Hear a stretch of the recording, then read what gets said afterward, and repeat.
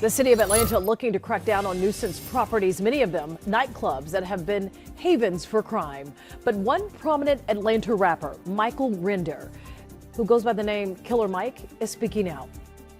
He doesn't want his industry unfairly targeted, as he sees it.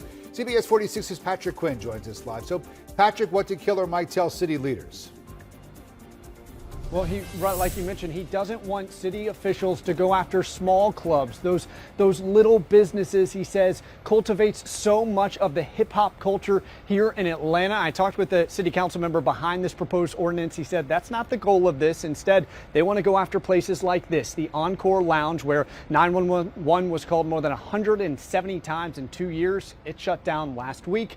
They want to see more establishments like this close. In what started as a typical city council committee meeting on public safety suddenly skipped a beat. Killer Mike, how y'all doing? Atlanta rapper Killer Mike got up not once but twice, challenging a newly proposed ordinance that cracks down on nuisance properties.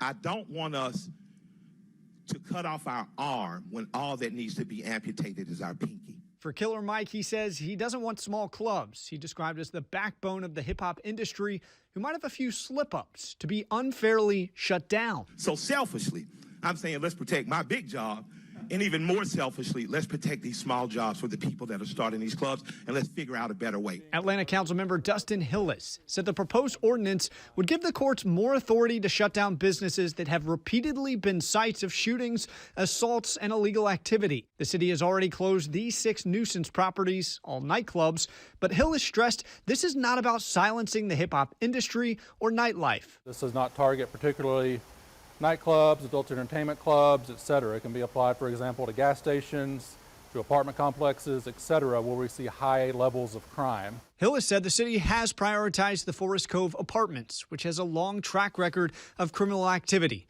one of currently more than 60 nuisance properties on the city's radar. We have to show these worst of the worst and these bad actors that this is not going to be tolerated anymore in the city of Atlanta.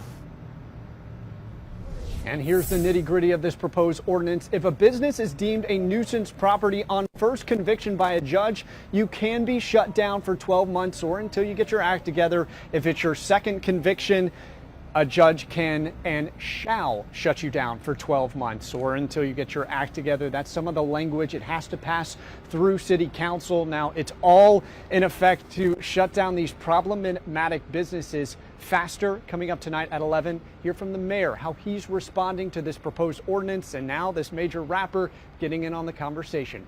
Until then, we're live in Atlanta. Patrick Quinn, CBS 46 News.